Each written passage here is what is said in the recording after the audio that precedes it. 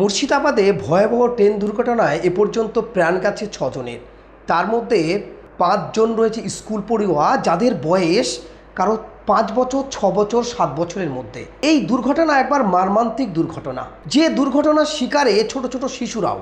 কিভাবে না, অসাবধানতার জেরে এবং মদ্যপ অবস্থায় যে গার্ডম্যান ছিলেন, অর্থাৎ যে এই গেটম্যান ছিলেন, তার অতিরিক্ত মদ্যপ অবস্থায় থাকার কারণে প্রথমেই যখন একটি ট্রেন চলে যায়, অর্থাৎ ডাউন ট্রেন চলে যাওয়ার পরে আবার পুনরায় আপ ট্রেন আসতে থাকে। যখনই ট্রেনটা চলে গেছে আবার গেটটা তুলে দিয়েছে, তুলে দেওয়ার পরেই সেখানে একটি টাটা সুমো করে একেবারে সকালবেলা যখন স্কুলে যাচ্ছিল এই বাচ্চাদের নিয়ে, সরাসরি ওই দ্রুত গতিতে ট্রেনটা এসে তাদের ধাক্কা মারে। এই ধাক্কা মারার কারণে সাইকেল আরোহী একজন ছিলেন, তিনি সেখানে স্পট ডেড হয়েছেন, এবং অপরদিকে ওই গাড়ি চালকের টাটা সুমো অর্থাৎ স্কুল গাড়ি চালক, ড্রাইভার সহ প্রায় 8 জন শিশু বাচ্চা একেবারে গুরুতর জখম হয়েছে। এ পর্যন্ত মারা গেছে 6 জন। এবং যে মৃত্যু, মর্মান্তিক মৃত্যু, এই মৃত্যু মেনে নেওয়ার মতো নয়। যে একটি পাশের বাড়ি শিশু গেছে, তো তার একটা দুটো বাড়ি ছেড়ে আরেকটি শিশু গেছে, তার আর একটা দুটো বাড়ি ছেড়ে আরেকটি শিশু গেছে, একটা গোটা গ্রাম যেন কান্নার রোল উঠে গেছে। তাও মর্মান্তিকভাবে এই দুর্ঘটনা, মৃত্যু খুব বেদনাদায়ক। কিন্তু এই মদ্যপ অবস্থায় আমরা দেখেছি একাধিক অকৃতজ্ঞ কার্যকলাপ করতে।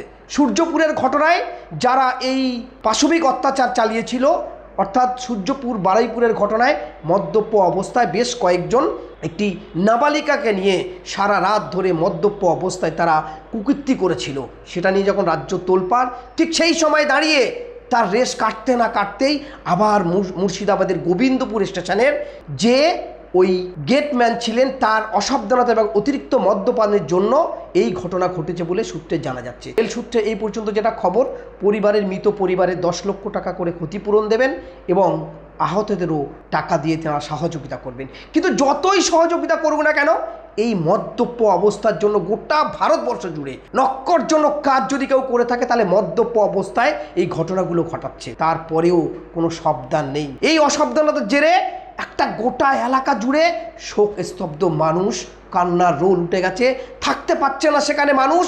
এবং যারা সেখানে যাচ্ছে তারা এতটা কান্নার রোল, একটা বাড়ি ছেড়ে আরেকটা বাড়ি, আরেকটা ছেড়ে আরেকটা বাড়ি, কচি কচি নিষ্পাপ শিশু যারা সবে ফুলের মতো একটু আগিয়ে আসছিল, তারা সমাজকে সুশিক্ষায় শিক্ষিত হয়ে কিছু চিন্তা ভাবনা যাদের মধ্যে সবে আসছিল, সেই শিশুদের আজ শেষ হতে হলো। এই মর্মান্তিক ঘটনায় শোকাহত হয়ে পড়েছে এবং সেই ঘটনার স্থলে খবর পাওয়া মাত্রই অধীর চৌধুরী সেখানে পৌঁছে যান এবং পূর্ণ জোরালো ভাবে তিনি প্রতিবাদ সংগঠিত করেন।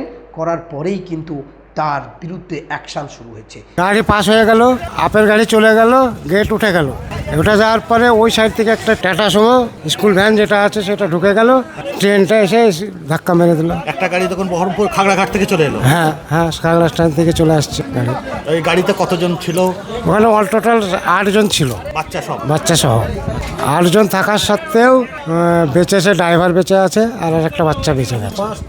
5 জন মনে করেন বাচ্চা শিশু মারা গেছে, একটা সাইকেলওয়ালা যাচ্ছিল আর একটা সাইকেল আরোহী মারা গেছে। তাহলে 6 জন মারা গেছে, অল টোটাল 6 জন। তা এটা কার দোষ মনে হচ্ছে? আমার গেটম্যানের দোষ। গেট খুলে রেখেছিল, গাড়ি ঢুকে গেছে, সঙ্গে সঙ্গে আমার নামিয়ে দিয়েছে। আর তখন তো অ্যাক্সিডেন্ট হয়ে গেল, নামার সঙ্গে সঙ্গে অ্যাক্সিডেন্ট হয়ে গেল। গেটম্যানের দোষ। শুনছি নাকি মদ খেয়েছিলেন? মাতাল লোক তো, দেখেই তো মনে হচ্ছে মাতাল লোক। হ্যাঁ, আমার তো মনে হয় গাঁজা মদ খেয়েছিল, চোখ মুখ দেখে সেটাই বোঝা গেল। হ্যাঁ, এত বড় দুর্ঘটনা, এই দুর্ঘটনার দায়ী হচ্ছেন কেবিনম্যান যদি ঠিক থাকতো তা এত দুর্ঘটনা ঘটতুক না। ধরেন এখন দুটো ট্রেন এখানে ক্রসিং হচ্ছে, একটা ট্রেন চলে গেছে, গেট ফেলা আছে, তারপরে ও গেট তুলে দিয়েছে। গেট তুলে দেওয়ার পরে জানছে যে মানে রাস্তা ক্লিয়ার, এবার ওই গাড়িটাও চলে গেছে, জনগণ মানুষও যাচ্ছে, হ্যাঁ যেতে, তারপর দেখছে তো ট্রেন চলে এসছে। ও ট্রেন চলে আসার পরে তাড়াতাড়ি বা ফেলে দিয়েছে, কিন্তু গাড়িটা যদি না ফেলে তাহলে যদি বেরিয়ে যেত ফেলে দেওয়ার পরে আর কিন্তু গাড়িটা আগাতেও পারলো না, পেছাতেও পারলো না, আর যেতে পারলো না। মর্মান্তিক অবস্থায় এসে গাড়িকে অ্যাক্সিডেন্ট একবারে ঢিপ। আর ওই যে আগে একজন মুরব্বির মতো ছিল, ও আর আগাতে পারলো না, পেছাতে পারলো না, সাইকেল নিয়েছিল, একবারে শেষ।